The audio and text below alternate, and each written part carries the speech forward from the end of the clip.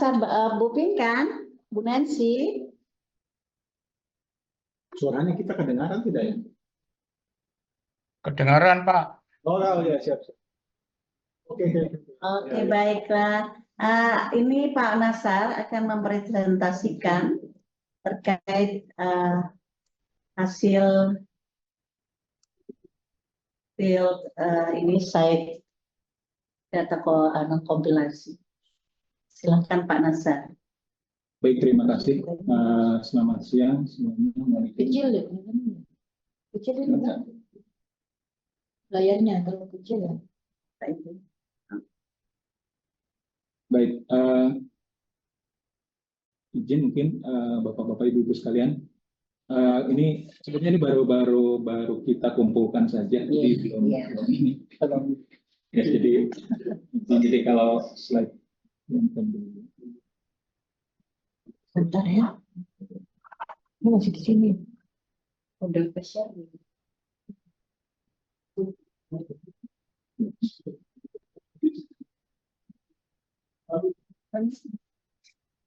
Itu tadi yang saya tahu dia munculnya gitu. Coba boleh saya.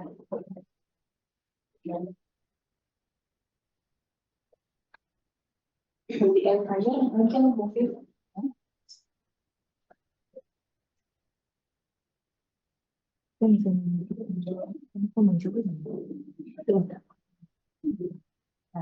Ini kelihatan ya Bapak Ibu ya? Belum Bu, kayaknya masih di layar komputernya Pak Nasar kali. Ini belum.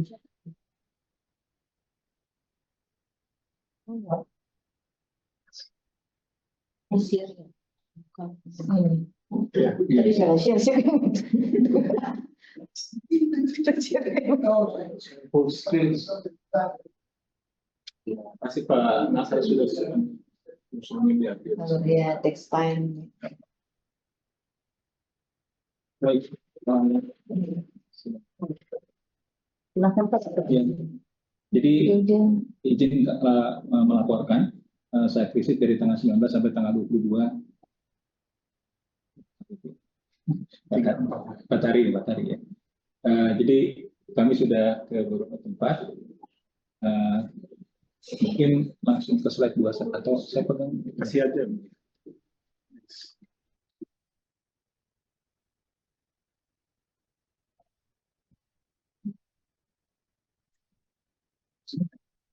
Tadi jangan pakai itu kayaknya dia agak sama punyamu dulu tuh pakai slideshow dia pakai itu.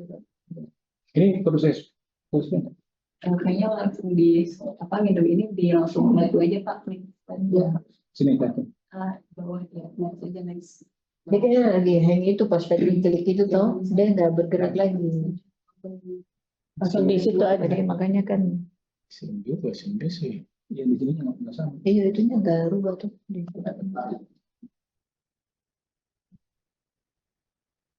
Ini tidak bisa ini langsung. Iya, saya langsung tadi.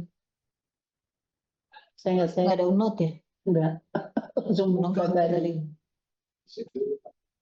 Bawa itu saja dulu. Biar aja dulu. Sabar ya, Bapak Ibu. Ya, ini dulu. Sampai. Pegang aja. Jam berapa tiketnya? Jangan pegang. Sore ya? Jam 5 ya? Oh, Garuda. Ini saya dulu ya. Saya download dulu di. Iya. Dokumen saja dulu. Tunggu ya, saya dulu. Jadi saya tutup yang ini soalnya tadi dia buka dari. Iya langsung tadi saya buka.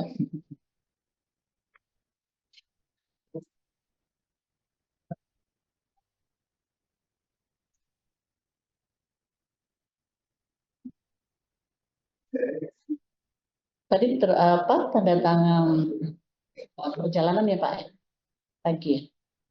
Ibu Pinkan di Bapeda. Iya. Perjalanan dinas. Karena kemarin Bu Nancy juga meminta untuk ada laporan ya. Iya. Gambar. Iya. Ini bahasa Inggris, Bu Pinkan itu bahasa Inggris. Bu Nancy, minta bahasa Indonesia. Laporan buat internal. Oh iya, untuk mereka apa namanya sebagai pelengkap dokumen Iya. SPPD. Iya, iya. Terus nanti nanti Pak kita rencanakan Zoom meeting kalau Bapak sudah balik udah mungkin cleaning the data itu mungkin ada progres itu aja kita meeting. Ini mohon maaf Pak Ribno, ini sudah kelihatan Pak? Sudah kelihatan tapi belum full pitch ya. Iya, iya. Soalnya kan tadi pas kita mau pilih yang yang penting ini kelihatan. Oke, Apa? bisa, ya. Nanti takutnya bikin slideshow dia agak hang gitu. Oh, iya.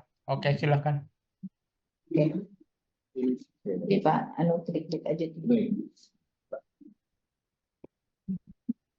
Baik, izin ini memang saya tunjukkan timeline kami. Jadi sekarang minggu ketiga dan minggu keempat memang digunakan untuk site visit dan juga collecting data. Jadi saya di panah ini kelihatan bahwa kita posisinya di sini. Kemudian ini schedule-nya. Jadi sebenarnya karena memang kena ke weekend ya, jadi efektif kami memang tanggal 19 itu pagi kami dari Ambon ke Tual, kemudian meeting di Bapeda sorenya, kemudian kami masih punya kesempatan untuk ke PLN. Karena memang kalau di Tual ternyata juga dekat-dekat ya. Dekat-dekat dan juga di meeting di Bapeda itu juga bisa langsung tujuh Instansi. yang Iya. jadi memang lebih banyak kepada koordinator. Kemudian kalau di PLN itu kami ketemu langsung dengan manajer perencanaan. Kemudian hari berikutnya, sepertinya tanggal 20 ini dimulai kami ke Dinas Perikanan, koordinasi karena kami ke Dinas Perikanan, kemudian kami ke Pelabuhan ketiga yang ternyata kabar ke Pelindo tapi rupanya belum dialihkan ke Pelindo. Kemudian kita lihat integrated cold storage ini PSN ya, jadi cukup ini. Kemudian ke PT SIS dan juga storenya kami ke lokasi sekitar. Meeting dengan Bapeda, ada beberapa dinas terkait. Ini lebih banyak kepada koordinasi. Kebetulan kalau kepala Bapedanya memang tidak hadir, tapi kemarin dipimpin oleh kepala dinas lingkungan hidup. Pak Jamal. Beliau menyambut ya, kemudian juga banyak sekali yang didapatkan dari sini, terutama masalah koordinasi kepada siapa.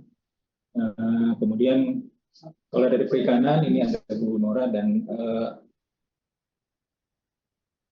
diberikan juga beberapa kontak person, kemudian perhubungan, kemudian PTSP. Nah, ini sifatnya lebih pada koordinasi dan data collecting. Kemudian izin suaranya kami sama PLN. Ini ada beberapa data yang menurut kami sebetulnya kalau PLN ini kami lebih klarifikasi data ya, karena memang di RUPTL ada, cuman memang apakah benar atau tidak, ternyata memang listriknya yang dikonsumsi sekitar 11 MW. Kemudian mereka sebetulnya saat ini mengoperasikan ada PLTNG 2 kali 20 MW, hanya satu yang beroperasi dan ini sepenuhnya menggunakan minyak diesel. Kenapa gasnya? Karena gasnya ini sebenarnya menunggu dari Masela beroperasi. Jadi mereka selama ini masih menggunakan diesel. Nah kemudian sesuai dengan kami juga bertanya apakah sesuai dengan RUPTL-nya akan ada PT Bayu ini juga belum ada perkembangan. Kita masih menunggu investornya. Kemudian juga mengenai grid, mereka juga tidak ada gardu induk. Jadi sepertinya menggunakan gardu medium. Jadi ada kemungkinan kalau memang PT Arus Laut ini terjadi, memang ya hanya masang trafo mungkin di situ. Karena jaringannya 20 kW semua. Dan memang sudah dapat info bahwa ternyata PT SIS ini yang konsumen terbesar di sana. Baik. Sebelumnya tertinggi panasan mungkin 2 kali 10 ya kalau tidak salah. 2 kali 20 ya? 2 kali 10 kalau tidak salah. Sorry, ya maaf. Ya ini 2 kali 10 betul. Izin. Ya, nanti kami betul kan. 2 kali 10 ini. Kemudian ini Samudra ini ada di lewat-lewat. Ini SIS ini memang dari tahun 95 ada, areanya sekitar 156 hektar. Kemudian mereka langganan PLN, jadi sudah ada 4 jaringan. Yang pertama 830 kW, 560 kW, 2 kali 100. Dan mereka juga punya power station internal 4 kali 1,5 megawatt. Yang mana kalau menurut kabar dulunya sebelum ada PLTMB mereka malah menyuplai kepada Kota Tua. Kemudian ada undang-undang mandiri. Jadi penggunaan hari ini adalah sebetulnya lebih banyak pada cold storage, pelabuhan, dan ada beberapa industri. Nah, hanya memang menarik, sepertinya rencana kedepannya PT SIS ini lumayan besar gitu, karena mereka tidak hanya memikirkan pariwisata, ada kemungkinan masuk kepada beberapa bisnis, mungkin sesuai dengan BIPA itu mereka akan masuk ke misalnya bisnis tourism dan sebagainya. Jadi mereka tidak hanya di masalah perikanan begitu. Jadi mereka akan besar, malah karena menurut saya konsepnya mereka akan jadi ini pengembangan wilayah, tidak lagi kepada industri. Kemungkinan begitu. Kemudian UP3 Tual ini pelabuhan ya. Kami juga ke sana. Ini sebetulnya kalau pelabuhan dari tempat riset ini cuma 2 kilo. Pendek jaraknya. Ada ini. Kemudian juga, tapi saat ini memang masih mereka menggunakan sebagian besar adalah untuk kebutuhan domestiknya, tapi ada kemungkinan mereka akan merencanakan penambahan panjang dermaga. Nah, kemudian nanti juga akan dihandle Pelindo 3 karena memang akan makin besar dan juga sifatnya nanti jadi pelabuhan. Bea cukainya sudah ada, internasional dan sebagainya. Kalau kami tanyakan memang listrik sepenuhnya dari PLN. Kemudian ini juga integrated cold storage. Ini sebetulnya aset yang punya adalah Dinas Perikanan. Jadi ini ada beberapa storage dan dipunyai oleh Kota Tua. Nah, saat ini satu storage itu digunakan, ada penyewanya. Sebenarnya pinjam pakai ya. CP Bintang Samudra ini, kalau kami lihat di situ ada solar cell ya, solar panel itu 20 WPS ya. 120 WPS ya. Ya, lumayan besar di situ. Memang menurut wawancara sih Pak Faisal ini sampai membayar sampai 15 juta sebulan untuk listriknya saja. Dan pelanggannya lumayan banyak. Jadi orang-orang memang nelayannya menangkap, kemudian disimpan dulu dengan tarif Rp75.000 per kilogram tanpa batasan waktu. Mereka biasanya langsung setelah itu biasanya mereka mengangkut ke misalnya ke Papua dan sebagainya. Nah, ini juga menurut kabar dari memang ini akan berkembang terus. Kemudian ini lokasi visit. Sebetulnya tujuan kami ke sini pertama melihat lokasinya. Kemudian yang kedua, apabila nanti kemungkinan pembangunan, kira-kira ada nggak area yang bisa menjadi supportingnya begitu. Kebetulan di sebelah Malino Cafe ini ada lahan yang kosong, dan kalau saya ukur pakai Google itu sekitar 800 meter persegi. Harga ini karena memang di Tua tidak ada misalnya real estate agent, tapi saya menggunakan menanya-nanya ke beberapa orang, memang saran kalau di sana sekitar 400.000 per meter persegi. Dan itu ya seberang-seberangan aja dengan lokasi satu di sini. Karena lokasi itu areanya sekitar 3.900 sekian meter persegi. Nah, ini mungkin perlu sebagai supporting facilities-nya apabila memang nanti terjadi pembangunan di sini begitu. Itu menjadi part itu ya, analisa keuangannya. Iya Bu. Ya. Pasti menjadi partnya karena kita kan belum tahu Bu kalau memang nanti memasang di sini sistem kerjanya bagaimana. Karena apakah kita nyewa laut kan saya harus cari dulu aturan-aturannya itu. Kita menggunakan laut itu bagaimana? Karena ini naruh di dalam sana, di dalam air gitu. Gitu ya. Kemudian ini sedikit referensi saja, ini kami terus-terusan mencari referensi ya. Nah, ini sebenarnya ada satu data, tapi mungkin kita ignore dulu ini data ini karena data ini saya kira masih belum terlalu. Kami harus cross check ya dengan data lain karena kok kayaknya terlalu besar banget. Misalnya harus 100 sampai 210 kilowatt ini 210.000 kilowatt per 210.000 kilowatt USD itu per kali itu terlalu besar.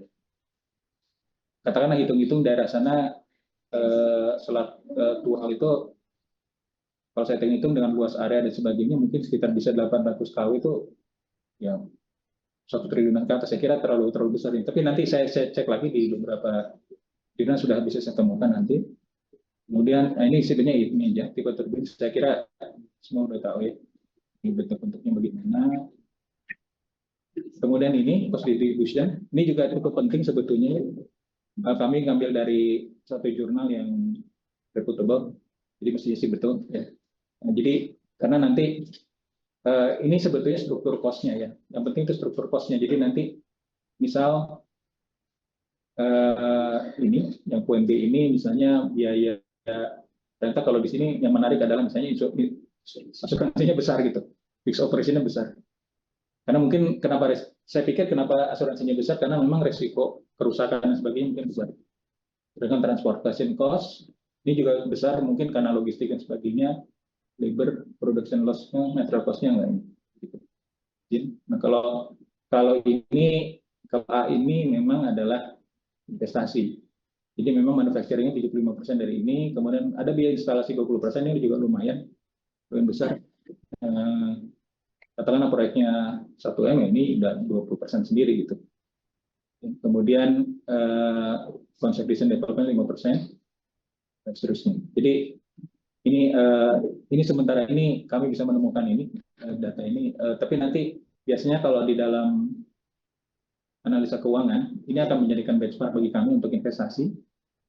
Nah, yang perlu kami teliti adalah berapa KW-nya per USD, kemudian nanti berapa persennya yang akan digunakan untuk misalnya instalasi, manajemen, seterusnya. Dan ini juga cukup penting karena ini nanti kalau data berapa biaya pembangkit sebenarnya bisa kami temukan, tapi nanti berapa persen untuk ini semua, nah ini perlu kita klarifikasi lagi. Kemudian ini para proyek mungkin Bapak Ibu pernah lihat semua, ya. Ada yang ada 35 KW, 65 dan seterusnya. Ini yang sudah pernah terjadi ya. Jadi kami ngambil dari satu jurnal di sini cukup baik gitu jurnalnya. Jadi saya tidak tahu modelnya nanti ke depannya bagaimana dan saya kira setiap model ini juga ada kelebihan dan kekurangannya begitu. Nah ini referensi saja di beberapa dari jurnal-jurnal ini. Kalau saya lihat ada Pak Mutoso nih memang hal laut, kemudian yang dua ini cukup baik jurnal. Ini izin begitu Bapak Ibu sekalian. Sementara sampai sini dulu, kami belum bisa mengeksplor lebih lanjut karena ada beberapa data juga memang kami klarifikasi juga. Begitu. Terima kasih.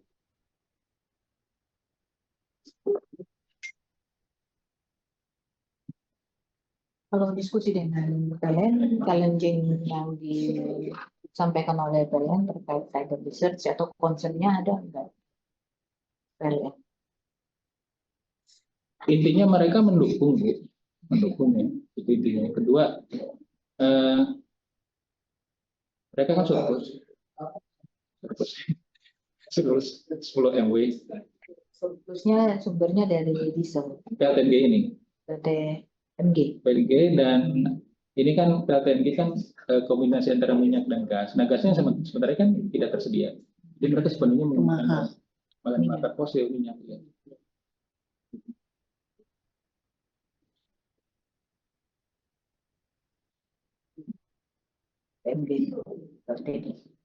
Iya.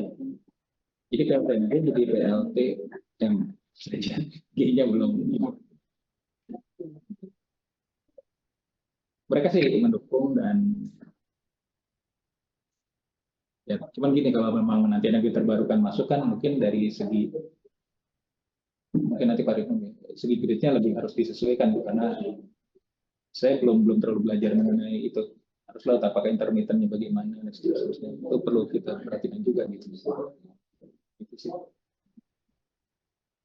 Nanti kan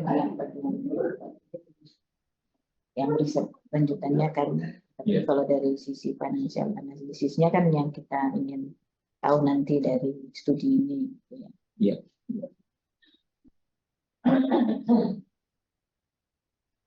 Kalau dari lokasi sih bagus sih Bu, karena kalau saya lihat itu tengah kota itu, tengah kota aksesnya bagus. Paling yang kena terdampak itu kafe dan ini saja, tanah kosong ini yang saya lihat sih. Jadi cuman waktu itu concern saya, ini ada nggak tanah atau apa yang kira-kira di situ gitu, agar kita punya area untuk logistik dan seterusnya gitu. Ternyata ada tanah kosong gitu sekitar 8 meter. Gitu. Tapi nggak tahu itu tanah siapa. Pemiliknya sudah meninggal dan ada ahli warisnya. Kemarin driver yang ngantar kami langsung Pak Iman itu ternyata orang rumahnya sekitar situ juga. Jadi Kan masuk di lahannya Pak Sabtu, Sampingnya. pentingnya. masih saudara Pak Sabtu. Ya Pak Sabtu sudah beli atau apa? Keluarganya Eri. Ya, kalau 400.000 per meter.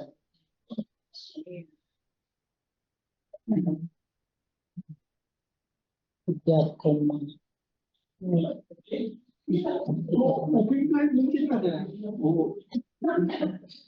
Baiklah, terima kasih Pak Nasar. ya. Bu Pinkan atau Pak Ripno, ada komen atau pertanyaan, silakan. Oke, terima kasih. Terima kasih Pak Nasar dan Bapak-bapak dan Ibu sekalian di Maluku. Mungkin ada beberapa pertanyaan atau mungkin masukan untuk Pak Nasar ya Pak. Nanti dari untuk sebagai referensi dari NZMed mungkin bisa kita sharing data studi awal ya yang pernah dilakukan oleh tim NZMed, Unpati dan Victoria University ya. Mungkin nanti bisa sebagai referensi kira-kira teknologi yang paling sesuai dengan studi awal di sana itu tipe apa. Nah, di situ mungkin nanti Pak Nasar bisa memperdalam ya, memperdalam untuk sebagai referensi. Karena kan dari studi yang teknis yang mendalam itu belum dilakukan ya, sehingga bisa menggunakan data-data awal dari sana. Tadi diinformasikan bahwa PLN di sana sekarang surplus ya. Apakah Pak Nasar mencari informasi juga berapa BBP di sana, Pak? Belum Pak. Nah, itu kan mungkin sebagai dasar juga ya, masukan untuk Ya. nantinya menjadi pertimbangan finansial ya. BBP saat ini berapa? Saat ini kalau tadi diinformasikan bahwa sebenarnya sudah dibangun PLTMG ya, tapi G-nya belum ya, baru PLTM ya. Berarti masih menggunakan bahan bakar diesel ya, bahan bakar diesel. Nah, tentunya harga bahan bakar diesel sampai ditual itu juga mungkin sudah cukup tinggi ya. Jadi itu mohon bisa digali lebih dalam terkait dengan tadi BBP maupun harga bahan bakar yang ada di sana, karena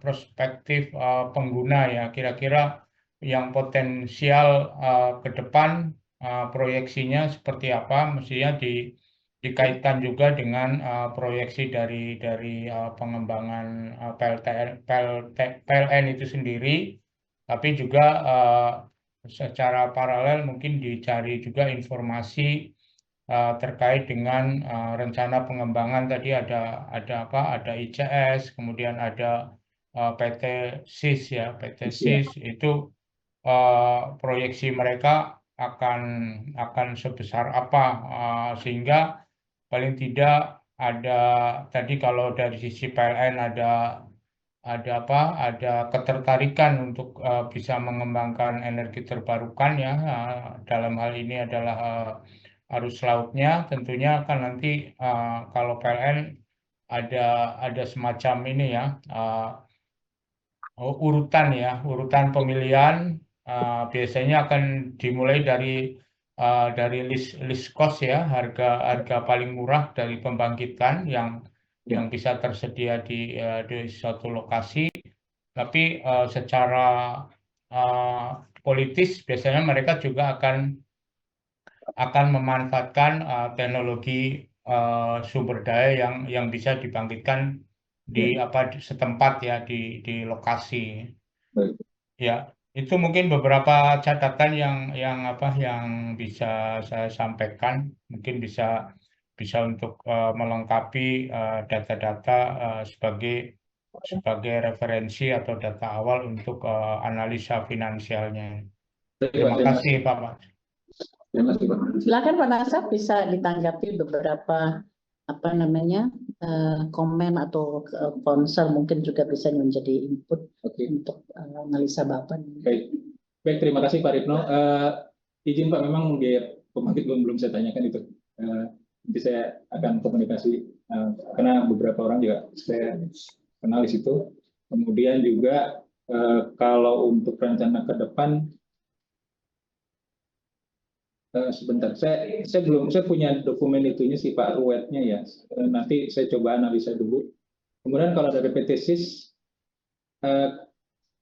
kemarin itu memang saya tidak tahu bisa apa tidak ya. Misalnya ada saya bisa melihat master plan-nya mungkin berapa kebutuhan dan sebagainya. Kemudian kalau untuk yang tadi komposisi pengguna,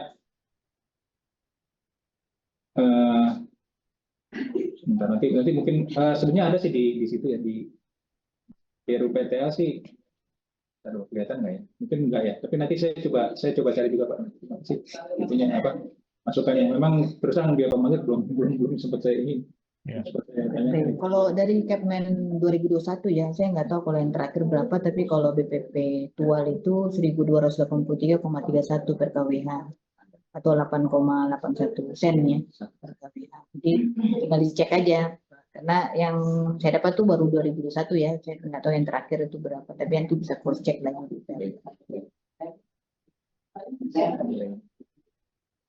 Ya memang saya berpikir sih kalau Indonesia Timur tinggi gitu. Ya. Sehingga jadi saya nggak terlalu ini. Tapi itu memang concern paling utama. Terima kasih Pak Rito. Tinggi Ambon sih 2.400. Iya. Ya, mungkin itu BPP Ambon kali Bu. Kalau di pulau-pulau biasanya Kalau Tual ada Pak. Tual itu 1.283,31. oh gitu ya. Iya, ada yang di Kepmen 2021 itu Iya. ada Ambon, Seram, Saparua, Buru, Tual, Dobo, Tual. sama Pati itu ada. Iya. Ya, Wah, 2014 besar ya? Kalau itu Ambon ya. Ya wajar. Kalau Tual itu cuma 1.283,31. Itu tahun 2021. Yang saya cari belum ada yang 2024 ya. Iya. Tapi paling kan tidak bergeser jauh dia. Iya.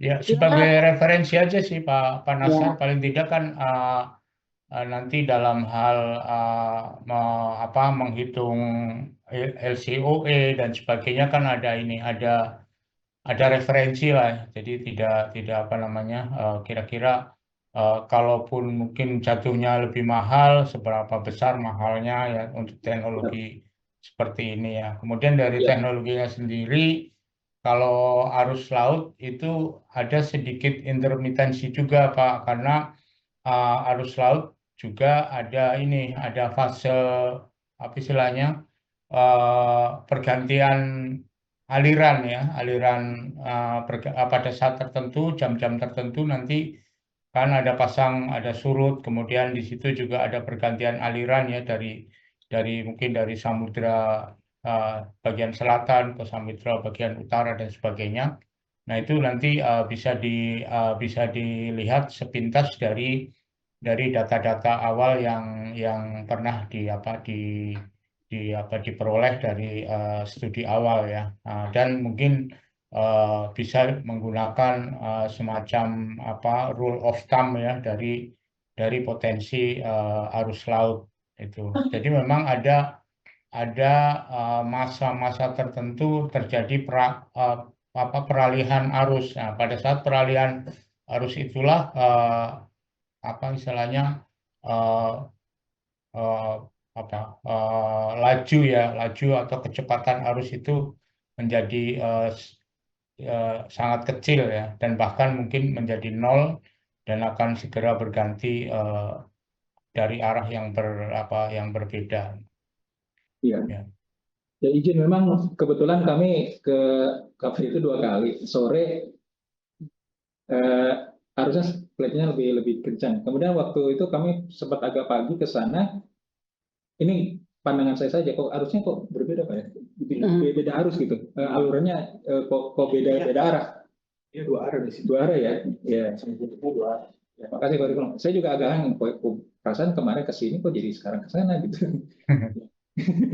Itu Ya gantung tuh ada ini. Memang arus laut akan di selat akan seperti itu. Jadi akan ada ya. ada waktu tertentu nanti justru idle ya, tidak ada arus karena memang pada saat itu akan terjadi perpindahan arah gitu.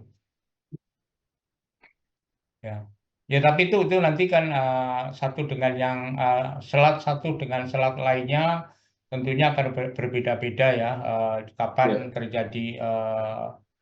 terjadi pasang surut dan aliran yang berganti ya. Tapi itu sudah alami ya, dan itu makanya dengan adanya penelitian atau pengukuran mereka akan tahu apa namanya pola dari kecepatan dan arah arus di suatu selat gitu. Tapi sebagai studi awal yang memang belum mempunyai data yang komprehensif yang terlalu lengkap, tapi data awal itu bisa digunakan sebagai apa istilahnya input atau masukan dari studi yang Pak Nasar dan timnya lakukan. Baik Pak. Baik. Ya. Terima kasih Pak. Terima kasih Pak Ridho. Bu Pinkan, Ibu Nancy, silakan. Ada yang ingin disampaikan? Ya. Oh ya. Terima kasih Bu Pinkan, Bu Nancy. Bagaimana Bu Fitri, Mbak Mon? Mungkin kalau saya mungkin ya, nanti Pak Nasar bisa kemarin kan di lapangan kita sudah mendapat gambaran tentang situasi di realnya di lapangan, jadi mungkin nanti untuk analisa finansialnya itu mungkin perlu mempertimbangkan versus waktunya ya.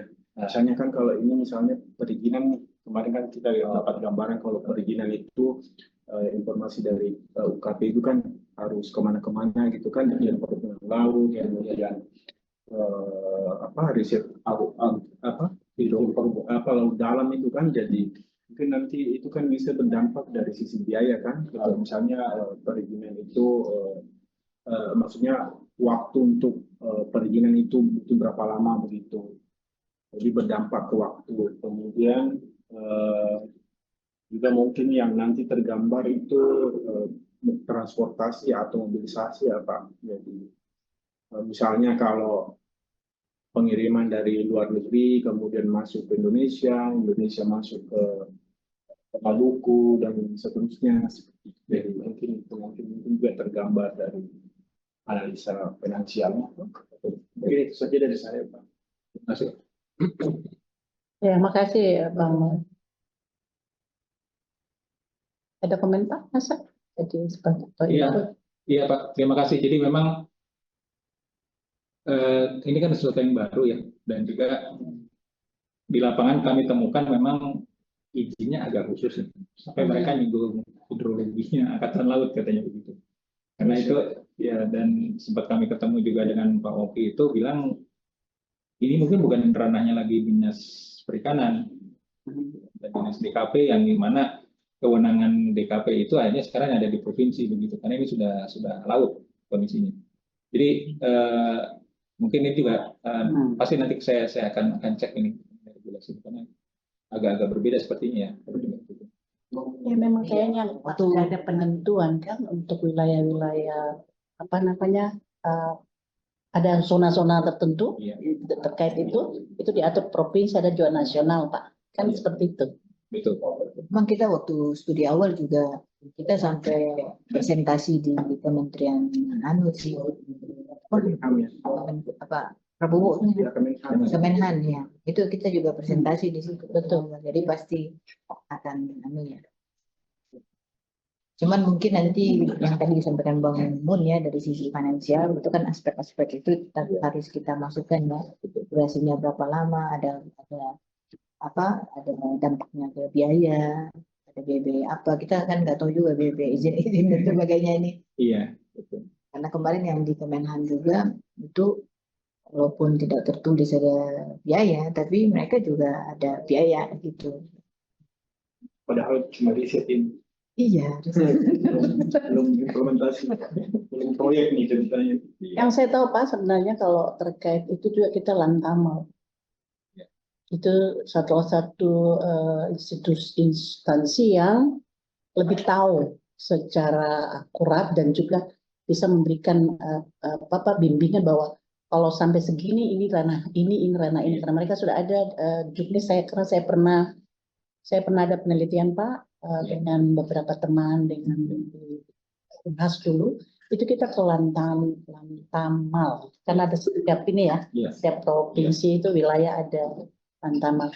Mereka lah yang memberikan kita, dan juga mereka memberikan surat izin terkait. Selain kita harus juga koordinasi dengan BKP yang ada di provinsi Iya. terkait, dan juga yang di provinsi apa kayak gitu. Isbangpol. Iya, Kesbangpol. Nah, itu.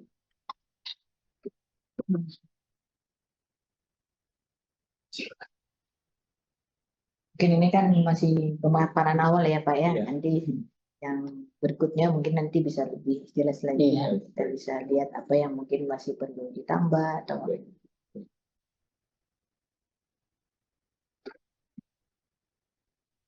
Bu Fitri tidak ada lagi. Nggak ada lagi ya. Saya kira terima kasih banyak Pak Nasar di Bu Yuliani.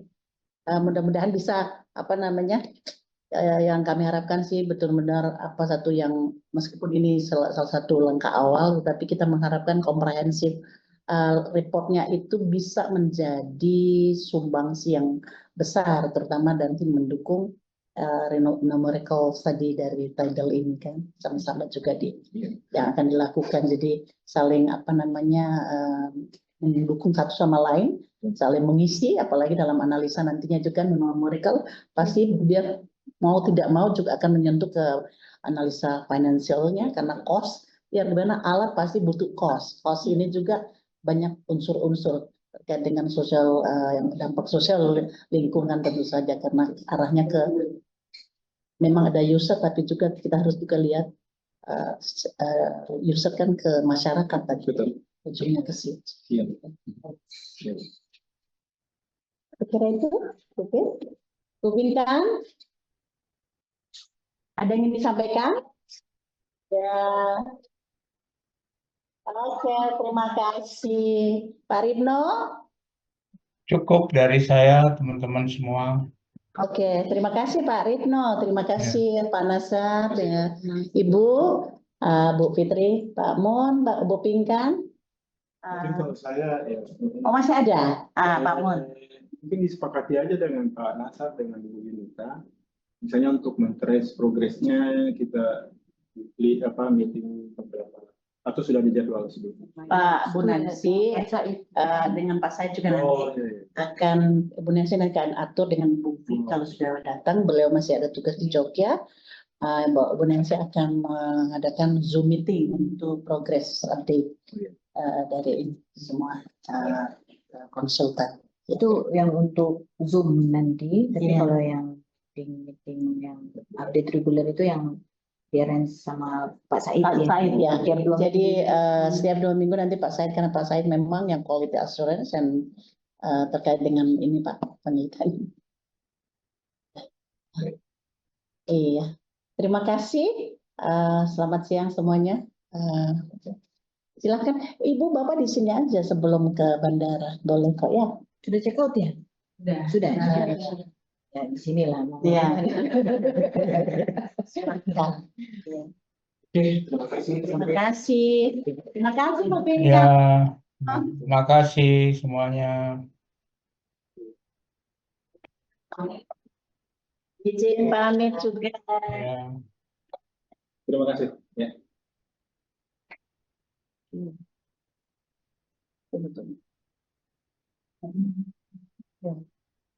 Mau kerja-kerja di sini aja, Pak. Sudah ada akses toh? Sudah. Bu Ani ya. Bu Ani kayaknya